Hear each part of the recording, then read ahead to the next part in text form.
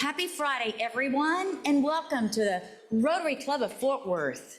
Can you believe it's May? It's almost, the end of May. We're kicking off the summer.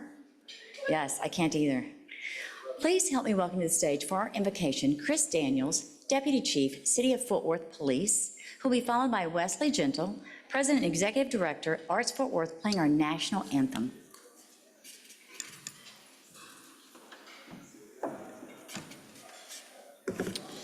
All right, let us pray. Thank you, God, for bringing us together today to capitalize on this opportunity to enjoy each other's company, to learn and to grow. Thank you for this meal. Let it nourish our bodies and give us the strength we need to make the world a better place today than it was yesterday. We pray for the health, safety, and welfare of all good people, and we are blessed by your grace to continue in our efforts to speak the truth, to maintain fairness, to build goodwill, and to benefit all concerned. In your name we pray. Amen. Amen.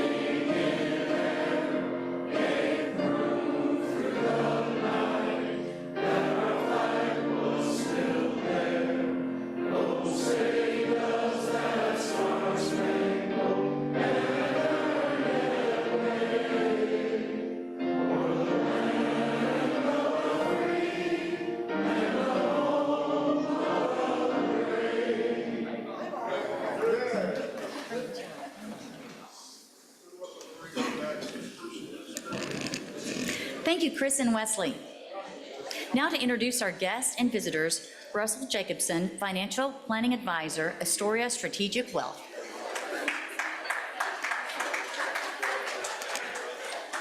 Hello, thank you guys for being here. If you can join me in welcoming our guests, and guests as I call your name, if you can stand up so we can welcome you individually. We have Judge Joanne Reyes, guest of past President Carlo Capua. Merritt Bush, guest of Michelle Krim. Sandy Rankin, guest of Abby Dudek. Rachel Ariano, Chief of Staff for Councilwoman Martinez, guest of Chris Daniels. Marilyn Jones, guest of Becky Burton. January Swiderski, guest of Jim Austin. Shadi Kalani, guest of Jason Ray. John Pardue, a visiting Rotarian from Fort Worth South. And Chris White, guest of Ed McClin. Thank you. Thank you, Russell. And we also have another special guest today here with us. Everyone, please help me welcome John Bullock, District Governor-elect as of July 1st. Welcome to our club. We look forward to working with you. Now, everyone, it's that time. The time to recognize our four-way test. And to all our visitors and guests, you may not be familiar with this. The four-way test is our roadmap of how we as Rotarians conduct our lives, not just here at lunch on Fridays, but in every interaction we have with one another. So please view the screen and join us. First, is it the truth? Second, will it build? Third, will it build good will? And fourth, will it be beneficial to all concerned? Great job, everyone. Now, today's newscaster is a man of many talents. Not only did he just perform our national anthem, but now he will join us for the newscast. Please help me welcome Wesley Gentle.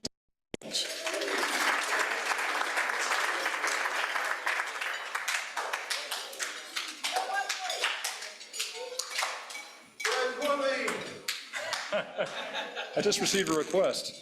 Okay, so this is not scripted. I literally opened the lid of the piano and I found these two bottles of schnapps, tiny little bottles of schnapps.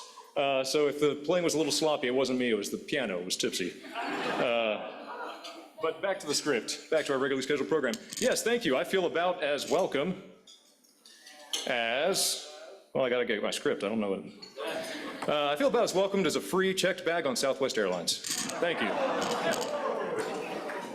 Let's see here. Something every American can get united over. Thank you. Longtime flyers of Southwest Airlines were greeted on May 28th with a fee for what once was free. Checked bags are now $35 on Southwest Airlines and $45 for your second bag, which leaves passengers low in spirit and utterly jet blue. But not only did frequent flyers lose their excuse to pack 5 extra pairs of shoes this week, but DFW's heavy drinkers lost something else as well. Another watering hole, that's right. Or should I say, a watering black hole? Pour one out for McDonald's. They're closing their failed DFW experiment, Cosmics, a drive-through beverage chain that proved to be too far out for North Texans. But this week's headlines aren't all downers. Oh, sorry, there's a little bit of, there you go. That took me like 10 minutes to do. Not all downers. Nepali mountain guide Kami Rita broke his own world record by summiting Mount Everest for the 31st time.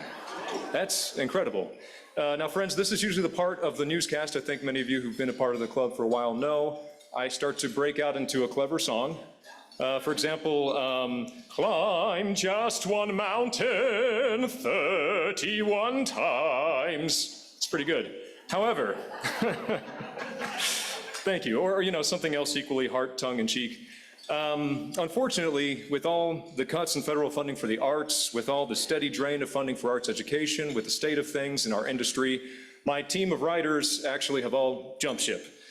I know, my hardworking parody writers with SAG-AFTRA and Writers Guild have traded in their cards for real estate license and multi-level marketing brochures. So, I did what any enterprising executive does these days. I outsourced my creative team to your friendly neighborhood LLMs. First, I queried Google's Gemini for some recent headlines, and I prompted, of course, for the love of Sam Altman, please don't include anything political. Gemini knew exactly what I meant, as a matter of fact, by Rotary newscast. Apparently, I'm not the first newscaster to resort to an AI assist. And Gemini then graciously offered to write not one, but 2, quote, hilarious songs about the week's top stories. Which got me thinking, what am I doing up here, sweating it away, singing for my lunch, when I could get paid just as much to outsource that part to a robot as well?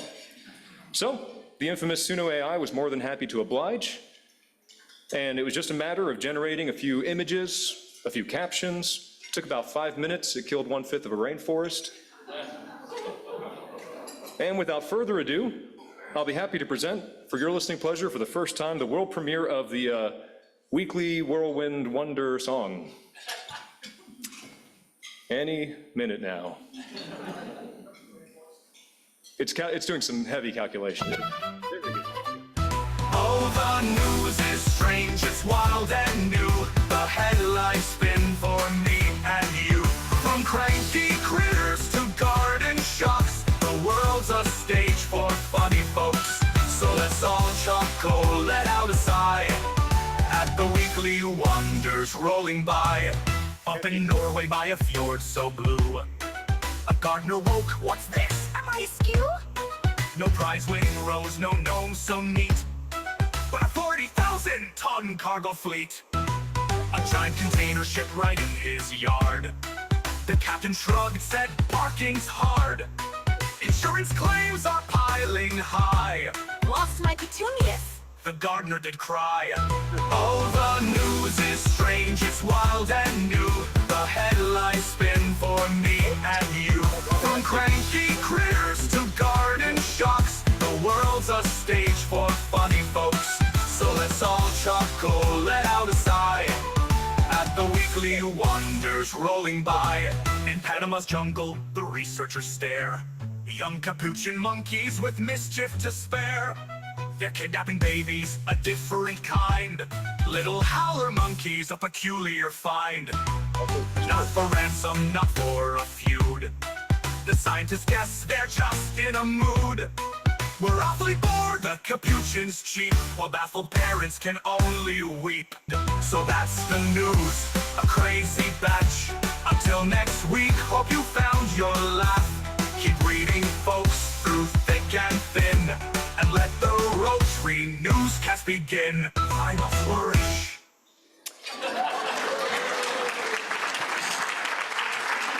Please, you're too kind. You're too kind. I literally took no effort on my part whatsoever. Wow, well, I think we owe apologies to Imagine Dragons or whoever got ripped off for what that song sounded like. But there you have it, the reason why 60% of us won't have jobs in 5 years. So, according to Copilot, the weather this weekend is a mix of sunshine and clouds. If you do want to hear real humans make tasteful music, go ahead and see a Fort Worth-themed Cats at Casa Mañana, or drop into Clyburn to see the semifinal performances. However you spend your weekend, have a good one. Thank you very much.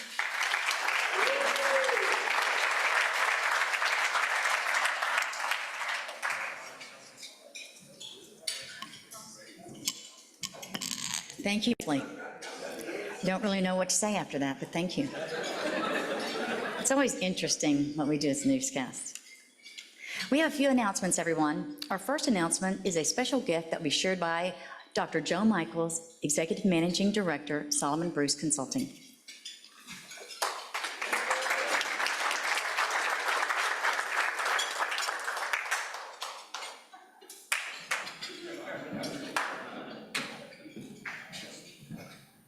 It's always fun to be at Rotary. You know, I'm the kind of guy that goes and does a fair amount of visiting. So, Madam President, a couple weeks ago, I was in Lacey, Washington. I had to go to a funeral, but I had a day that I was able to go to Rotary when you all had Rotary here. So I'm bringing a banner from the Hawks Prairie Rotary Club in Lacey. Now, what was interesting about that club, it's a small club, about 25 people. And after they introduced, and there were 3 or 4 of us that were visiting Rotarians, they had us all sit down, and they all stood up and sang. Now, I can't sing like Rotary, or like Wesley can, but it was some little ditty, you know, we are Rotary, we're glad you're here, come and see us, that type of thing. But it was fun. So, Madam President, here is a banner from the Hawks Prairie Club, Fire Club. Thank you. Come right over here, Dr. Michaels. Help me hold this.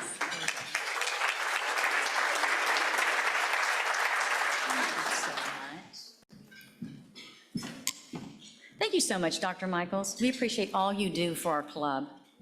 And everyone, please think about visiting Rotary clubs as you travel. As you just heard, it can really be a special experience, and then you can give our club an update. And we get to collect these beautiful flags from around the world. Thank you again, Dr. Michaels. Our next announcement will be provided by Ryan Barrera, Director of Development, United Way, Tarrant County, who has a Literacy Roundup update.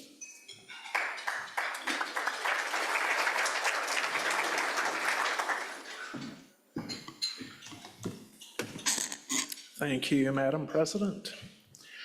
Okay, I have a couple slides to share today. So yes, just coming back at you to talk further about Literacy Roundup and our efforts to support families on their kids' reading journey, working through dyslexia and how we can support them. And so we'll move forward one, please. Okay. So got a little fun to kick us off. It's a little quote matching. One, who said it? I had to train myself to focus my attention. I became very visual and learned how to create mental images in order to comprehend what I read. Second one, it's right there, I can't see it, but it's there on the screen for you. So these are 2 famous people that grew up and had dyslexia, or have dyslexia. Next screen, please. So the first is Tom Cruise. So he actually learns lines by listening to a tape. So that's equally more impressive to all the stunts that he does is what we've learned in our literacy training so far that we've had for those that have been taking part is that that's a common learning mechanism, is to be auditory and memory and just being able to read that way. Second person, Thomas Edison, inventor, and his mother actually pulled him from school to teach him. And so both tremendous and accomplished and overcame to do great things in life. So what's happening right now with Literacy Roundup is that Camp Fort Worth, which is the City of Fort Worth summer camp, currently has approximately 640 children registered to date, more to come. But all families, important for you to know, will be offered the opportunity for their child to be screened for dyslexia, or for them as parents and caregivers to be able to ask questions to determine if a screening is the right course of action for their child. So that's a tremendous resource that will be implemented as summer camp kicks off here soon. And where we plug in is we need Rotarians, and I'll also say other interested individuals. So if you have someone in your life that may be bilingual and is Spanish speaking and has a heart for this type of advocacy, a volunteer service, we'll gladly take them. But what we need you to do is, the call to action is to attend an info session that we have upcoming these next 2 weeks to learn about what we're doing, how you plug in to support these families. And again, it's not a commitment to be able to attend. It's purely come and learn and see if this is the right thing for you to partner with these families. So the 3 info session dates, I actually put a flyer at each of your tables. And so there's 3 opportunities in the next 2 weeks. The first is next Friday morning. United Way of Tarrant County will be hosting an info session. I'll be hosting with, alongside Caroline James, who you've seen and has been very at the forefront of all of this, will be facilitating presentations with me. We'll start promptly at 8 a.m. next Friday. And then we'll have coffee and pastries 7:45, so a little mix and mingle time ahead. But we promise to get you out by 9 o'clock sharp, if not sooner. The second opportunity is the following week, so just shy of 2 weeks from now. During the presentation that Michael Toth did with Colonial in the Charles Schwab Challenge, J.R. Holland with the First Tee offered to host one of these info sessions, so we're really grateful to him. But this will be a Thursday PM opportunity, so we're trying to offer you varied opportunities depending on your schedule. But 4:30 registration, we'll have refreshments, and we'll kick off at 5 o'clock sharp. This will be in the Ben Hogan Learning Center. If you've been there, it's a beautiful space. And then the final info session is 2 weeks from today, just before our regular Rotary program, starting at 11 o'clock sharp. Thank you so much to President Rebecca and Aurora for facilitating that. We'll be in the Imperial Room here on the 12th floor. Again, 2 weeks from today, 11 o'clock. We'd love to have you come out. And to RSVP, my information is on the flyer. It's on the screens. You can call, text, email me. We want you to come. And if you have someone in your life that you want to come or bring with you, please do. And again, if you have any questions, let me know. Thank you. Thank you, Ryan. How many in here, please stand and show us how many have already participated in one of these info sessions? Thank you. And if you have any questions, you can reach out to any of those here and get more information if you have questions before choosing to arrive at one of these info sessions. It's really interesting and educational how much we're actually learning about dyslexia and how it impacts our entire community. People continue to surprise us, don't they, of what they've overcome. If you see the flyer, there's one on each table. Please take a picture of it so you can have these dates and see what works in your schedule. Don't hesitate to ask us questions about this. And also, just to keep you informed, I stay in contact with Mr. Pete Guerin, who brought this to us, and he is thrilled that our club is partnering with this program and the City of Fort Worth, so just know that. We'll keep you posted. Now moving on, regarding membership. Where is Miss Leslie Shields? Please come up and exchange your red badge for this shiny new blue badge. We call them our new blue badgers.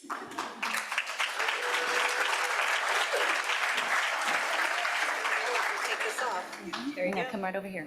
Okay, we'll come over here. Smile. Smile again. Thank you. Great job, lady. We appreciate you. We're glad you're here. She has completed all those acts of kindness and generosity, helping our club.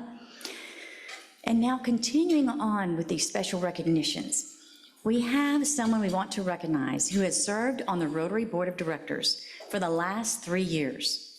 His first year, he jumped in as president-elect, then president, and now he finishes this year as immediate past president.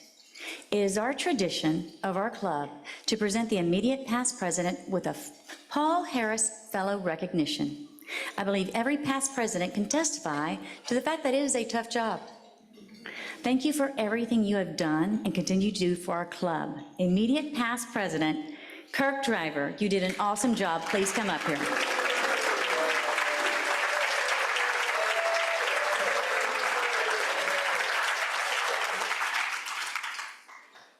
Okay, let's get a photo.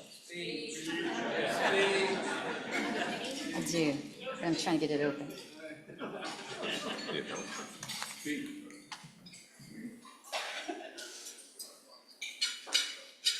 I do have to ask, so I came in late, what were you doing before I got here? See, you missed the fun part.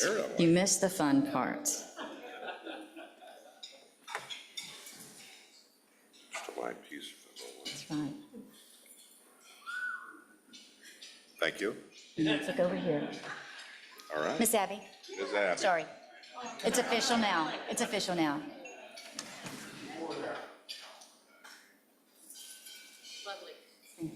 Thank you.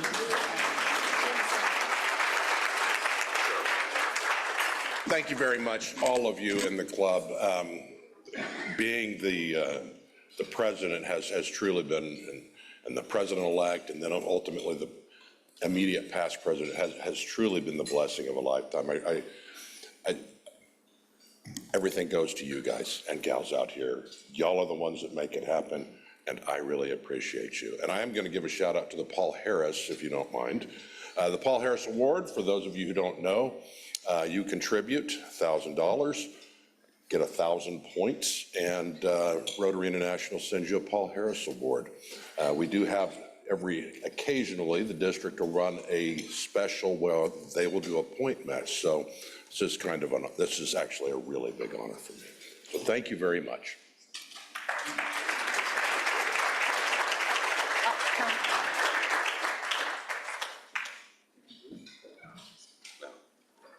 Oh, yes. Now, this is immediate past President Kirk Driver's level 3 Paul Harris. Congratulations.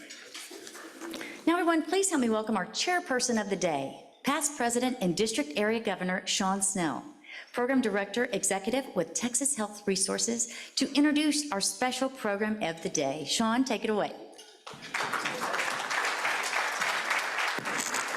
Hello, everyone. Today's program speaker serves as the new president and CEO of United Way of Tarrant County, and I think he already knows most of you, many of you. Of course, it's a leading nonprofit for more than 100 years here in Tarrant County with a mission to improve our local citizens. Over the years, some of you may not know, it is our own Rotary Club that was very instrumental in the founding of this organization, United Way of Tarrant County, and others as well. So it's especially fitting to have Adam Powell as our speaker today to provide an update on their work. I first met Adam, I think it was literally his first week of school. He was on campus with Mayor Parker, but there was an area initiative called Team Birth, among other things, that seeks to reduce the maternal mortality rate in Tarrant County. So I told him I knew about this history that Rotary, our club, has with United Way, and I told him about it, and he was all in. So you'll be seeing a lot more of Adam here in our club. So that's to come. But so for today, prior to his role with Tarrant County and United Way, he was president and CEO of Communities and Schools of the Dallas region. VP of Site Operations for College Possible, which is a national organization that supports college access and success. And he's had extensive experience in the education nonprofit space here in North Texas in a variety of roles, including COO of Education is Freedom. Community service is in his blood. His father is a 27-year police veteran. His mother is a social worker. He started his own Texas-based nonprofit career as a resident assistant in Arlington's Life Shelter in 2007, shortly after graduating with his master's degree in social work from UT Arlington. In 2024, he was inducted into the Forbes Nonprofit Council, an honor set aside for top executives around the country, nonprofit execs. In 2023 and 24, he was a DCEO Magazine Leadership Excellence finalist, Dallas Business Journal 40 Under 40 in 21, and he was selected to Dallas Mayor Mike Rawlings' Star Council in 2025. Of course, all of that was to get him prepared for the big leagues here in Fort Worth. So now he made it, he's here, and he was the 500 here in Fort Worth in 2025. So I can let you know that he's married, he has one 14-year-old son, and we will be seeing much more of him, and it's my pleasure to introduce him now, Adam Powell.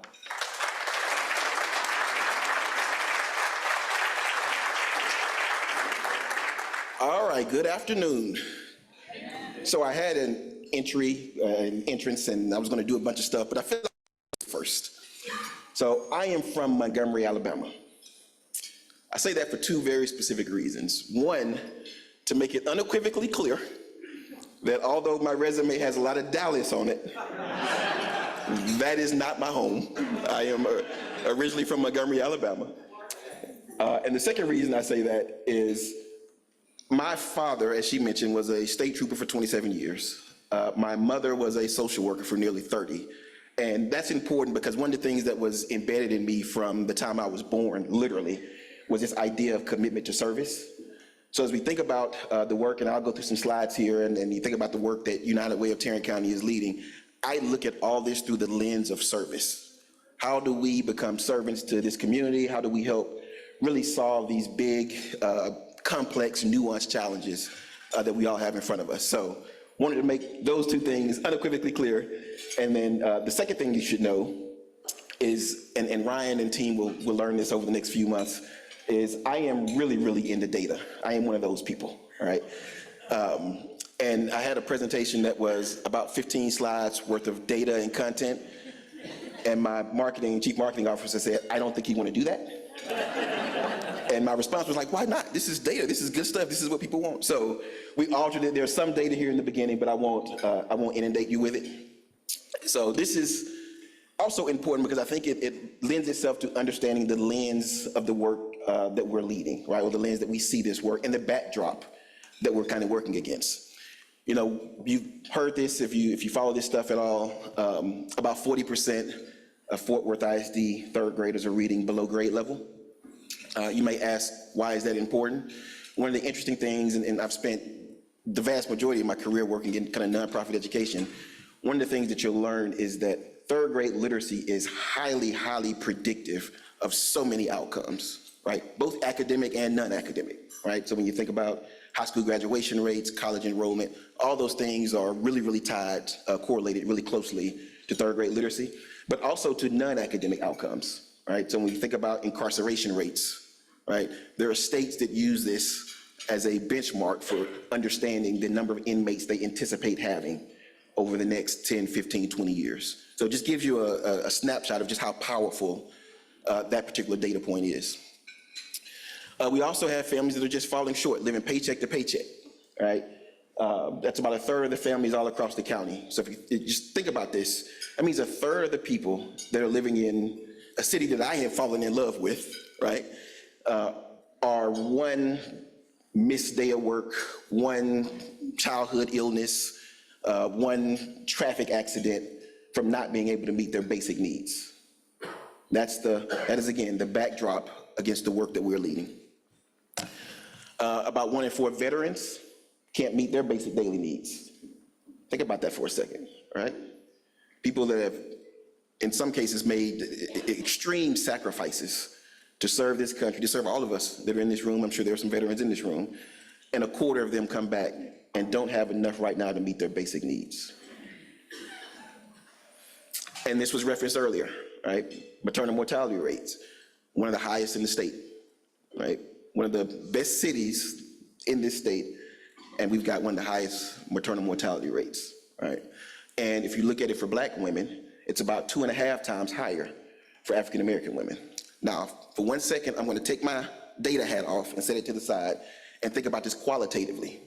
That means we've got women and kids dying from an activity or an event, childbirth, that is as old as time, right? And here we are in 2025, and we've still got women and kids that are dying. So how do we show up in this space? How do we work? What do we do?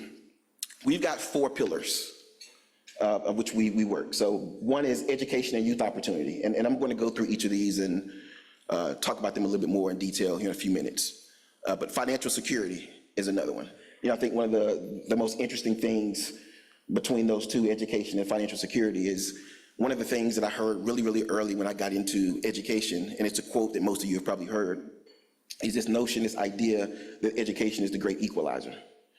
And one of the things that we never take into consideration is, if that is true, and I believe it is in some respects, then we also have to acknowledge the fact that poverty is also the great destabilizer, right? So we can't expect kids to show up and be the best version of themselves. We can't expect mothers to be concerned with accessing the best health care if people are living paycheck to paycheck and don't know where the next meal is coming from and don't know how they're going to feed their kids and don't know how to handle some of these, what Maslow would call kind of these foundational elements in their lives.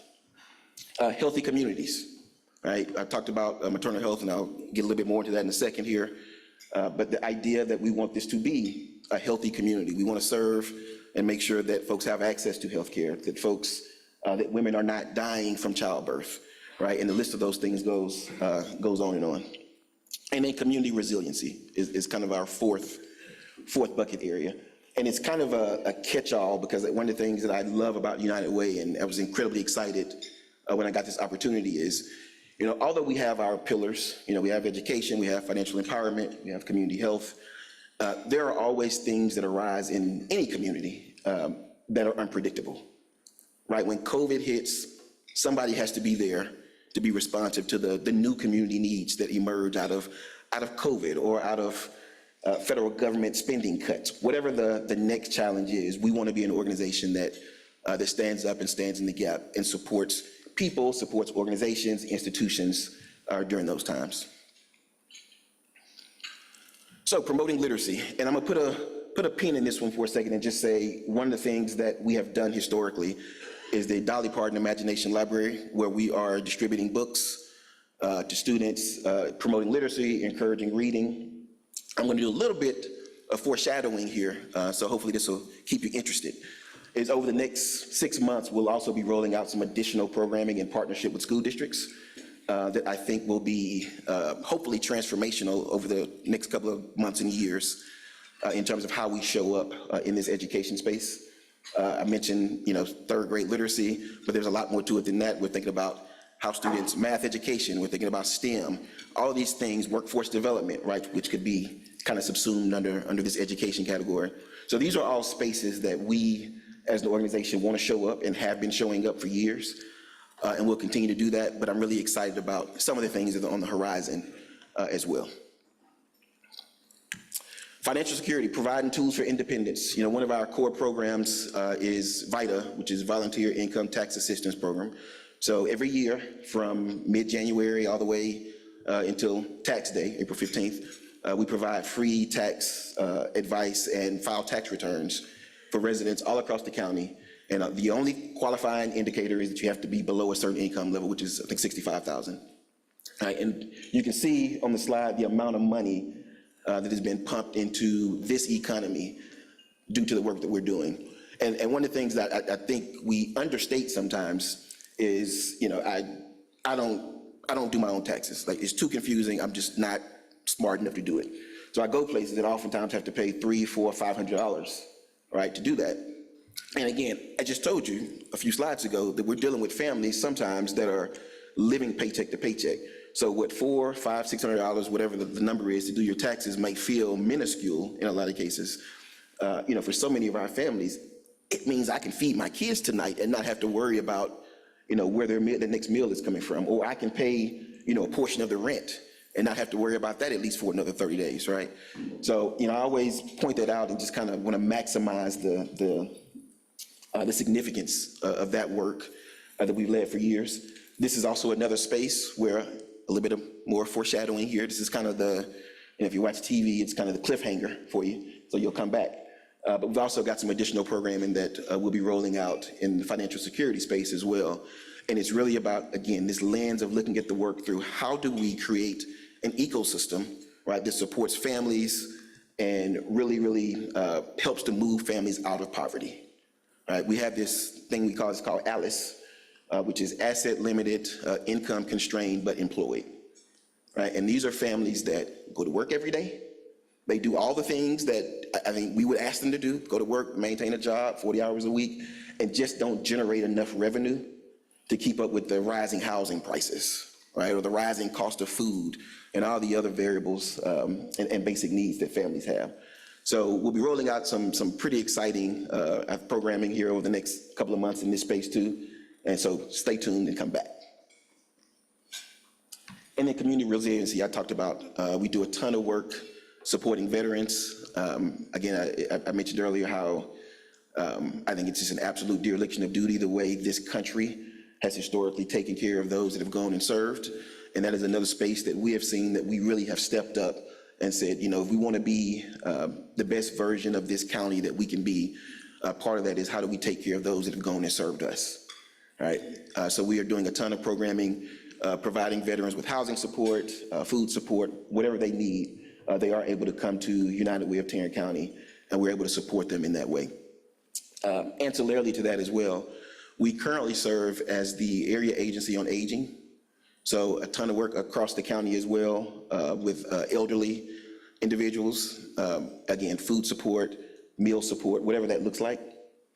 It is one of the few programs that, at least so far, knock on some wood, where we took a pretty significant reduction in our funding allocation because that program is partially federally funded. So being able to go out and raise the dollars to continue to support our aging community as well, because that is something that is really important to us when we think about just food delivery, think about housing costs, something as simple as like having a working AC as we're on the precipice of summer, right? So really serving that community as well and being intentional and thoughtful about how we serve them. And then, healthy communities. This is the one that if you follow United Way of Tarrant County at all, you have probably heard about some of the work that we're doing in the maternal health space, working incredibly closely with Mayor Parker. She and the city have been tremendous in terms of just stepping up and really acknowledging and understanding the complexity around maternal health and really leaning into that work. And we've been certainly willing partners along them in that journey. We started out hiring doulas and figured, we would target a specific zip code. There's a zip code in Fort Worth that has one of the highest maternal mortality rates in the state. So we started there, and the idea was that we could hire potentially 30, 40, maybe we get to 50 doulas that would be there to support these women, to make sure their needs were being met, to make sure their voices were being heard, and they had all the assets and resources they needed for successful childbirth. And we ended up having an enormous response and ended up training over 120 doulas that are now working in that particular zip code, working directly with families, with mothers, really starting the process of impacting our maternal health outcomes here in this city and across the county. So we're incredibly excited about the work that we're leading there. That has emerged into something that's called Teen Birth, that was launched at several of the hospitals, and we've got a few more in queue in the fall, which is a coordinated effort among all the caregivers of a woman, right? Like, so you think about when you're going through pregnancy, you're dealing with a doula, you're dealing with, your primary care physician, you're dealing with the hospital. And what we learned is that so many times, all these systems aren't talking, right? So when we think about just maternal mortality rates, so much of this is just about, are we, on the other end, doing all the communicating? Are we talking? Are we expressing the need? Are we listening to women, right, that are experiencing childbirth or going through the process? But also, in addition to that, it's, what are the solutions, right? It's pretty simple. And, we've had women that have come to us and said, I'm pregnant, I can't afford to do X, Y, Z. And it was a $300 expense in some cases, right? So again, we've got women whose lives, to think about it from a humanistic perspective for a second, right? Women whose lives are in jeopardy over what could have been a less than $500 expense, right? So incredibly proud of the work that we're doing in the community health space, and that we will continue to lead over the next several years. And all this comes to how can you guys get involved? So before I do this, what I am going to also do is again, I think it's the third time I've used this word, but a little foreshadowing here, because there are two questions that I've been asked the most, some by people in this room and some by a lot of folks outside of this room. I think the first question is, well, where do you live? I live downtown. I'm about 4 blocks from here. That's the first question. And the second one is, you're now 4 months into the job, kind of what is your vision and what does United Way look like in the future? We know what you have done, but where organizationally we're going. And the two answers I always give to that is, one, I think vision casting is a very, it's an iterative process, right? It's not Adam's vision, it's Adam, it's what does the community want, what does the community need, it's what do board members think, what do elected officials, what are all the various needs across the community, and then how do we amalgamate all of that into one unified core vision for United Way of Tarrant County as we move forward. So the first thing that I always say is, if anyone in here has ever read the book From Good to Great, there is a concept called the hedgehog concept. And what they learn and talk about in the book about businesses is the best and most successful businesses, and I think you can extrapolate this to nonprofits for this conversation, are those that do a few things really, really well, juxtaposed to trying to do 8 or 9 things marginally well. So I talked about our 4 core areas earlier, and it's really 3. It's education, it's community health, it's financial empowerment. It's how do we help this city, this county solve the literacy crisis. It's how do we continue to make strides in our infant and maternal mortality rates, and how do we move people successfully out of poverty into what I would call a thriving wage, right? And those are going to be the areas that we focus the vast majority of our attention on. And the second thing that I kind of answer the question this way is, I also think, some of the challenges that we have here may be unique to Tarrant County. In some cases, in a lot of cases, they're not. How are we thinking about new challenges, new solutions to existing challenges?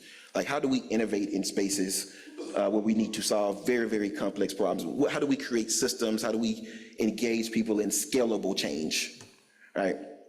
So one of the things that you'll see is we'll be walking alongside several nonprofits, and there are several nonprofits across this community that are doing incredibly impactful work across all of these areas that I mentioned. But what we really want to be is an accelerator of work, right? So if you read, all the data and you think about, childhood literacy, it's not a 3rd grade issue, right? It manifests itself in 3rd grade, but it's a kindergarten readiness issue. It's a pre-K issue, a pre-K 3 and a pre-K 4 issue. It's a poverty issue. It's a lot of these things, right, that are at play that will take unequivocally years to solve, right? No doubt about that. But how can we accelerate that? Right? Because again, if you take the quantitative hat off for a second and put your qualitative hat on, so much of this is about lives are being impacted. So we can create 5, 10, 15-year plans, and we should, but we've also got to figure out, how do we use technology? How do we innovate? How do we think about new and innovative and creative ways to solve some of these problems? So one of the things that you'll see from us over the next several years is really how we come alongside nonprofit partners, along hospitals, school districts, major institutions that are also playing in these spaces, and really helping them to become more creative problem solvers and allowing us to help them in that process. That's who we want to be organizationally. I think that's the space that we want to occupy. I'm not here to create new programming that other nonprofits are doing. I think we're better served to come alongside them and help accelerate the work that they are doing. So those are a couple of things that you'll see from us is a more narrow, hyper-focused approach in our work, really trying to solve, again, these big, consequential, nuanced problems that we've got in front of us as a county and a city. And then also, how do we innovate in these spaces and help accelerate some of the change and some of the work that we're leading. So along that process, we would love for you guys to be involved in that. And one thing is, look, we're a nonprofit. I'm obligated, it almost feels like by law, to stand here and say, we need givers, right? We need people to scan QR codes and write checks and, go to your local foundation and ask them to support the incredible work that we're doing. Also, just connect with us. Just stay tuned. I mentioned some foreshadowing, a couple of cliffhangers, if you will, earlier in the speech, and I really, am excited about the general direction that we're going. Just follow us. Social media. We're on all the stuff, all the Twitters, the TikToks, the everything else that exists. So we encourage you guys to follow us there, and also come out. If you're a person who doesn't know, if you want to get engaged in United Way, who is this Adam guy who spent all this time on the other side of the Metroplex? If you're worried about that, come out and volunteer for us, right? Come out and get engaged in the work. We'll have a litany of opportunities to do that over the next several months and years, and we want to get you guys engaged in any way that you see fit. So thank you for your time, and I think I'm going to open it up for questions. You mentioned a doula a couple of times. What does a doula do, and what kind of training is involved? Yeah. So the question was, what does a doula do, and what kind of training is involved? And a doula is essentially, and this is a terrible description, but I think it illuminates kind of the role. Their role essentially is to walk mothers through the entire process of childbirth. That is it, right? That could mean a late night phone call because I'm having contractions and I don't know what that means. That could mean, hey, who do I need to go talk to about XYZ? A doula is almost a quarterback, is the analogy I was going to use, for mothers that are expecting. In terms of the training, we partner with a couple of organizations here that this is actually what they do, is they train doulas. So instead of us trying to build a new muscle, what we did is we went and we partnered with them and said, hey, can you guys come in, partner with us on this initiative as we're trying to really, again, impact maternal health outcomes. And we worked with a couple of different organizations that have come in and been able to train the 120 doulas that we've got. So Adam, two questions. One is talking about teen birth, that's a really great concept. Second question is the live a plan. Talk about the way that you plan to get community involvement and what you plan to do in the near future about United Way to get feedback and get out in the community to some of these sessions that are coming up. Yep. Twofold question, so thank you for that. So teen birth, I'll start with that, is a coordinated care system, is the way in hospitals they kind of talk about it. But essentially what that means is that ensuring that every person that touches the life of a pregnant woman is on the same page in terms of what's happening with her pregnancy, right? If you go into some of the hospitals now, you'll see they actually have the teen birth boards that are up. And what that is designed to do is for note taking, so that when a primary care physician walks in and a doula has been working with this mother, the conversations that have been had don't get lost, right? And understanding that, hey, one of the most frustrating things that we have heard, and this actually leads very well to the second part of the question, but one of the things that we've heard from women is that I just get tired. I'm having to explain this to this person, and I'm having to go have this same conversation, tomorrow with this person. And like, is there not a way you all just get together and I say this one time? And that's a fair concern, right? That is a fair criticism. And so teen birth is designed to, again, be a coordinated care system where that doesn't happen, right? Where we're all on the same page about how we're best serving the needs of pregnant women. To the second part of the question, what we will be launching in the next couple of months, and I wasn't going to talk about this, but since the question came up, is a community needs assessment. Again, going out and really soliciting feedback. And when I say community, I mean that in every sense of the word. That means community members. That means elected officials. That means other nonprofit partners, et cetera. So it'll be a fairly extensive months-long process. I mentioned earlier that I am a person who is super pro data and love data, and that only comes from talking to people, right? There's a quantitative piece, we can pull all that stuff, but the qualitative, which is equally as valuable, is also important, and we'll be pulling that through a community needs assessment. Mhm. Hey. Do you have a program that works directly with Divine Nine and Olympic Council? And are you a member of that program? So I am not. My wife is an AKA, so there you go. But we do not have a program now specifically that works with them.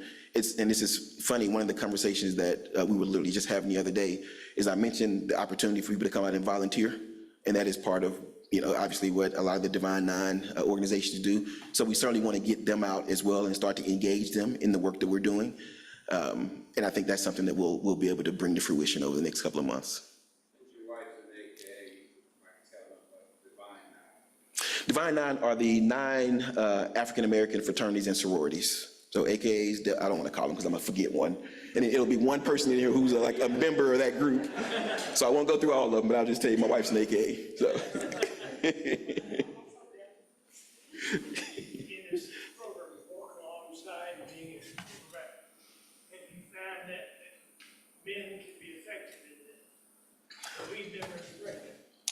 Right. That's a really good question. So from a data perspective, I don't know is the real answer. I will tell you what we've seen qualitatively. We have had some men that have decided to engage in this process, and they seem to be, again, anecdotally, as effective as women are, right? Because I think it's less about can you empathize with the experience, and I think it's more about are you willing to listen and communicate effectively, right? And those are kind of two separate things. It's no different than, one of the things I used to do years ago was I would visit nursing homes in another city and visit elderly patients and sit and play chess, play checkers, and do all these things.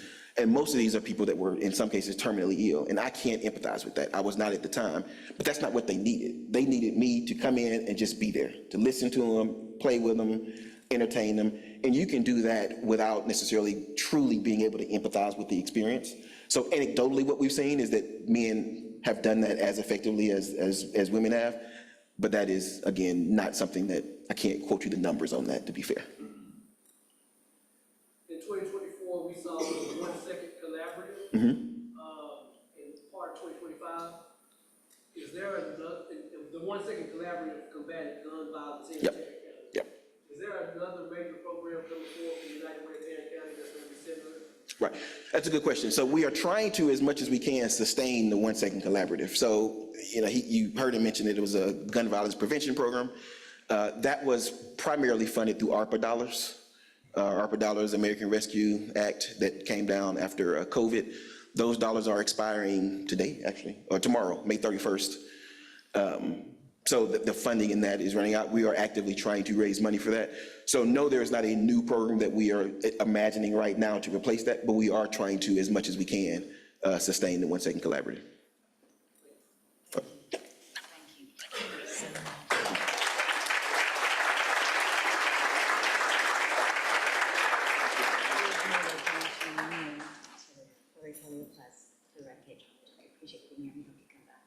Everyone, one more round.